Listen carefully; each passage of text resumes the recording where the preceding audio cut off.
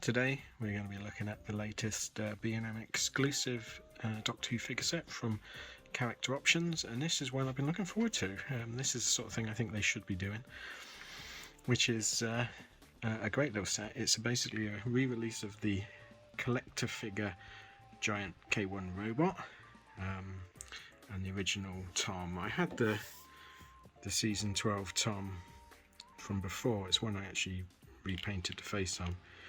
Because the skin tone was very pale on the original, and it looks like they've changed the colour of the coat, etc. We'll have a look at the scarf as well, but this is the set, and they seem to have well done this time. B&M, they seem to be in all the shops, which is good, and this one retails at $19.99, which is a good price. Normally you get for $19.99 3 figures, but I think the giant robot is certainly worth 2 normal figures. Limited edition, again they're not numbered or anything, so limited edition doesn't really mean anything in this respect. What's interesting is my local B&M seem to have reduced down all the, that's Maggie meowing, all the Sensorite and Vord sets to $12.99 to make way for a shed load of these. And this one, so it's from Robot, which was Tom Baker's first story. Standard sort of packaging in the box, and we get a rundown of the story. It's actually a really good one. And then you get 2 figures. I don't think those numbers really mean anything.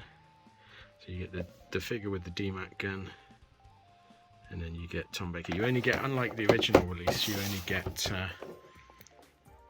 the head with the hat, and it doesn't look like you get the Sonic, which is a bit of a shame. Could have given him a bucket. He's got a hand to hold a bucket. So what we're going to do is get this out and have a look at it. The original robot came in, so the wave that this Doctor was in, you got like one person got the head, one person got the shoulders, one person got the midriff, that sort of thing. So unless you bought all the figures, you couldn't finish that robot, and now a finished robot figure goes for stupid money. And this, the collectors will be happy to know, this differs from the original in some of the certainly the colour head and the paint apps on it, so at least the original will probably still be worth a bit. Okay, let's get this open. Okay, so pop them out, held in with the usual sort of paper rope. The backdrop, sadly on this one, the backdrops have been great, but this one is just a brick wall, presumably the Kettlewell Labs keep outside, so a bit of a bland backdrop, but luckily the figures make up for that. So let's have a look at Tom first. So it's the same moulding but with completely newer paint apps. So if we look at the original in comparison, you can see that the coat is a much more accurate bright red for the hacking jacket. His neckerchief is much more accurate and much better painted. The amount of slop is minimal compared to the original release. The scarf is completely different. I don't know how accurate it is. I should know. I'm in various Facebook groups about scarves. Sorry, the cat wants to go into the other room, but Maggie, come on! Nope. She's been a bit of a bully. The trousers are much nicer done, so they've got a sort of a mottled spray instead of just grey. Still not a great fan of the flesh tone, it's better. The eyes are nicer done, but I repainted it, so I've got a repainted hat with a head with hat on, so I'll probably use that. No Sonic, sadly. The elbow patches are different colours, they're dark grey and brown. So a much more accurate figure, so well done that they didn't just use the original. So it's nice to have an accurate Tom. Lay him down. And then the robot, so the robot comes with an accessory, which is the DMAC gun, which is a nice little accessory, and you can hold it. And then the robot itself, this is a thing of beauty. So you've got jointed head, double jointed, so there's a joint up in the shoulder section, there's also a joint on the bicep, so quite posable. You've got a sort of waist joint, then you've got swivel cut joints on the hips. The feet don't move. I thought the feet would be. There's a tiny, because there's. Oh, well, that's interesting. The feet come off, but these bits are sort of plugged in. Not a lot of movement on that. It's interesting that the front of the feet come off. I wonder if they were on a separate figure.